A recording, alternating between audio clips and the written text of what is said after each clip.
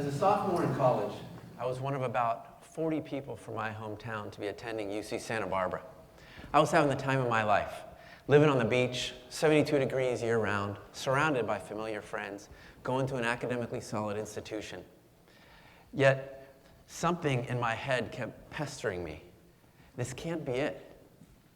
I thought, this is too comfortable, too familiar.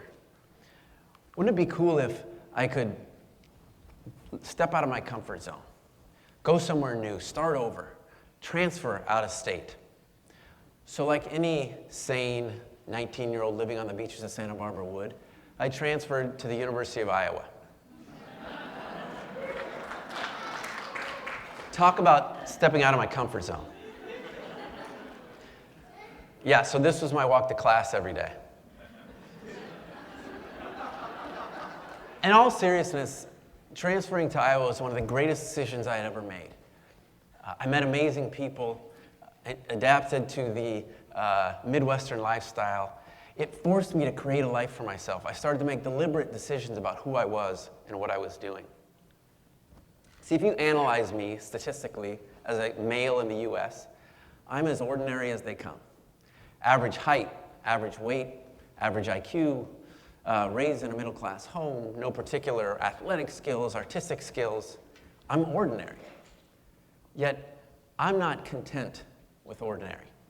And so my way of making something extraordinary happen has been stepping into the unknown. After graduating from Iowa, the weather did get the best of me, and I moved back to California, this time to Solana Beach. Moved in with some good friends, North County, San Diego, living on the beach, working in coffee shops, waiting tables, just kind of taking a breath after college, trying to figure out what we were going to do with our lives. My friends quickly started doing this. Some were taking the GRE and the LSAT on their way to grad school. Others were launching their careers in corporate America, stepping on their professional paths. And those things just didn't speak to me. I couldn't see myself getting excited about any of those paths at that time. One thing I had always told myself was I wasn't going to do what others were doing simply because it was a conventional route. And so I thought again, wouldn't it be cool if I could step out of my comfort zone? This time, leave the country, live in another country, experience another culture, expose myself to a new language, maybe even be of some benefit to the people I was living with. At the time, I was part of an internship, and I had a mentor who years prior had been a Peace Corps volunteer in Togo in Western Africa. And hearing her describe her experiences in Peace Corps and seeing the pictures she would pass around sometimes when she'd bring her photo album to work, that inspired me. That excited me. I could see myself stepping into that experience. And the way the Peace Corps application process works is a very long process. And so as I dive into this process and I'm getting excited about potentially going somewhere, of course thinking all along about my average qualifications, I come to find out I had been selected, had been offered a spot in Peace Corps. And I get this big, thick welcome packet in the mail. At that time, that's how Peace Corps and even colleges let you know you've been accepted, is through the mail. And so I was excited to rip it open and see where I was going and what I was going to be doing. The thing was, my mentor, she had been in Africa. I thought maybe I'd go somewhere in Africa or Asia. I knew Peace Corps was all over the world. One thing I knew was I was going very far from home. So I tear open the envelope, and there on the cover letter it says, "Congratulations, you've been assigned to be a small business development volunteer in Guatemala." Now, of the 141 countries where Peace Corps operates, Guatemala is the absolute closest to California. I could not have been sent anywhere closer. Yet, I embraced this opportunity. I embraced the assignment. I was excited. I didn't know anything about Guatemala. I knew I was going somewhere brand new. I was going to start all over again. And it was an amazing experience. I got the opportunity to learn and to grow and to teach and to discover myself and the world and how I fit into it. There were also some things about my time there that were a little unsettling. As a privileged young person, I'd never come face to face with oppression and social injustice. And I'd always read about these things and see them on TV, but interacting with and meeting marginalized indigenous women, seeing schools that were in poor condition, really lacking the basic resources and necessities that kids need to learn, And meeting adolescents that weren't in school at all, I come to find out that around the world, in many parts, in many countries, young people stop going to school after 6th grade because there's a cost associated with secondary school that their families simply can't afford. These things didn't sit right with me, and I started to have all these wouldn't it be cool ifs. Wouldn't it be cool if more women did have access to leadership opportunities? Wouldn't it be cool if schools everywhere were bright, vibrant learning environments? And wouldn't it be cool if every kid that wanted to had access to a quality education? Well, during my service, I became very sick, and Peace Corps sent me back to DC to see specialists, and they thought it was best to keep me home. And so just like that, my service was cut short. I was back in the U.S., and this time I decided to move to Northern California, to the Bay Area. And life really just took off from there. I became a middle school teacher, met an amazing woman who I've since married. We have 2 beautiful children together. I got involved in a startup, not a tech startup, but more of an education, career development startup. Joined the leadership team of that business and really helped grow it. My wife and I, fortunately, were able to buy a home here in Silicon Valley, a near impossibility for young families these days. Life was full. My life was complete. Yet there was that voice in my head again. Is this it? What about those social injustices? What about that impression? What are you doing to be a part of a solution? The person I was working for at the time knew this about me, and he came to me with an opportunity to take a dormant nonprofit and revive it and repurpose it. The thing about this opportunity was it wasn't going to be instead of my full-time job, but in addition to. In other words, continue with my time-consuming, demanding job that was helping feed my family and live here in Silicon Valley, and on top of that, start and grow a nonprofit. The prospect of that was very daunting to me to add to my already full plate, but the thing that really helped me say yes was, one, I had stepped out of my comfort zone before, and I knew that that was a way to make extraordinary things happen. And two, I didn't want to look back and ask what if. I didn't want to look back and regret not having taken a risk to be a part of something special. And so I embraced this opportunity. I jumped in. I was all in. And thought back to those young people in Guatemala and around the world, really, that weren't in school, and thought about those women that were denied access to opportunities that they really deserved to have, and thought, wouldn't it be cool if we could get groups together, get them in school, provide them with scholarships to pay for secondary school, and train them, empower them to become leaders and change agents. And so that's what we did.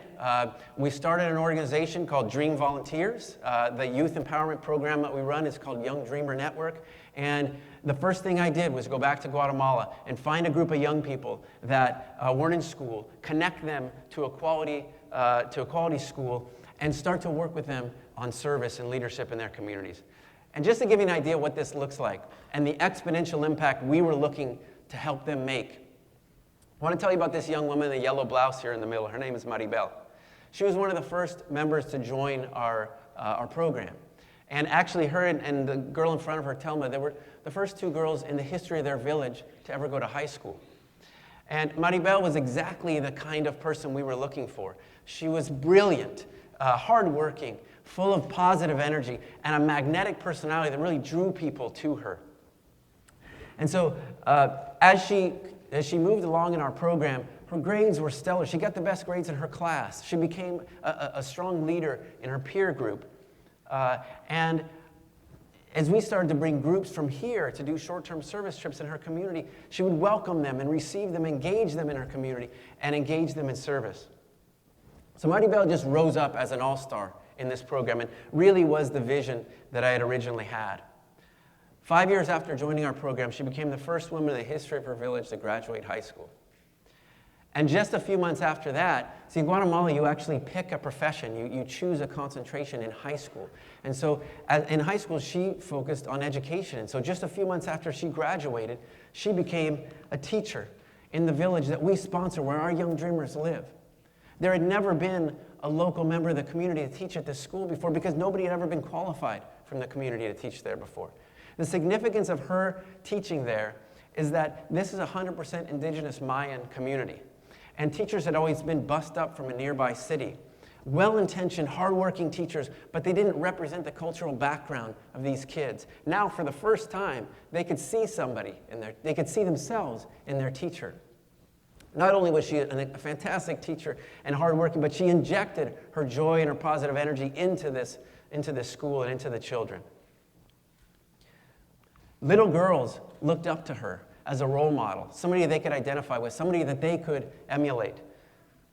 Not just little girls, but adolescent girls now had a leader. In fact, a few years ago, we started a young women's empowerment program. Marty Belle is helping lead that program, where she's teaching teenage girls in her community about their bodies and how they work, about their rights and how to stand up for them. She's teaching them to gain in confidence and self-esteem. And you don't have to understand what she's saying in this video clip to understand she's become a powerful leader. Todas pudieron llegar yéndose, cerraron los ojos para allá y regresar.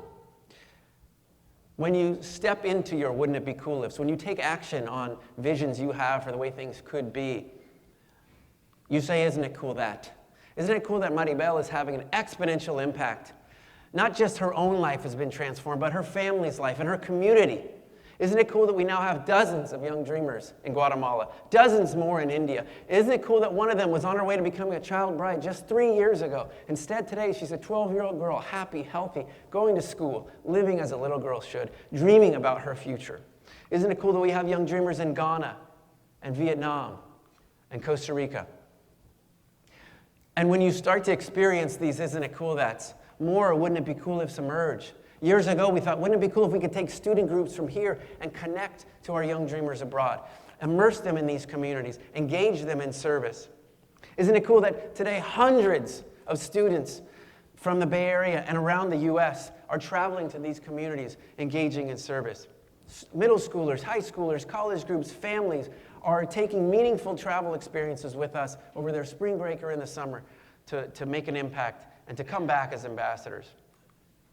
Isn't it cool that we now have a gap year program where some students are spending an entire semester or year immersed in these communities, sharing and growing in cultural exchange?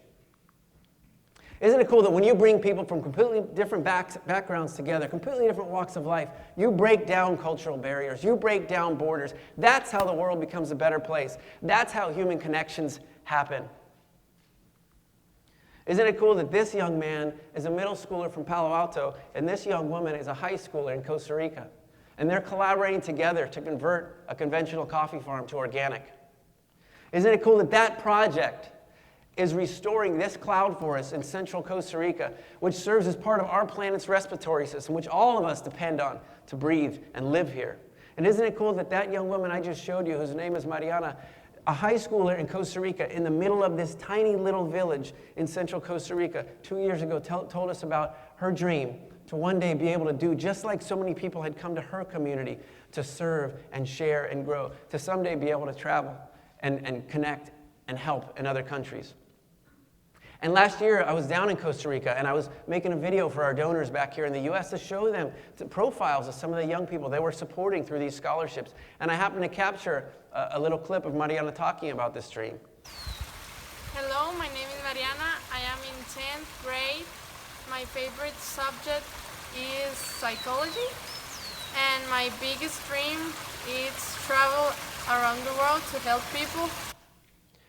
When you work hard, when you dedicate yourself to something bigger than you, and when you let your dreams be known to the world, sometimes the universe conspires to help you achieve them. Isn't it cool that Mariana is here today?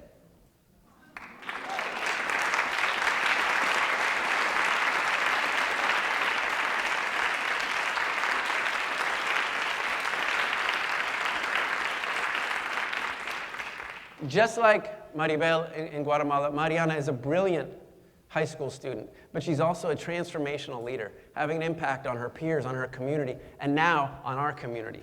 She's been here traveling around the Bay Area, meeting with student groups, sharing, exchanging, taking in the sights that our amazing Northern California has to offer, and really just opening her world up to possibilities. So all of this was made possible because an ordinary person took action.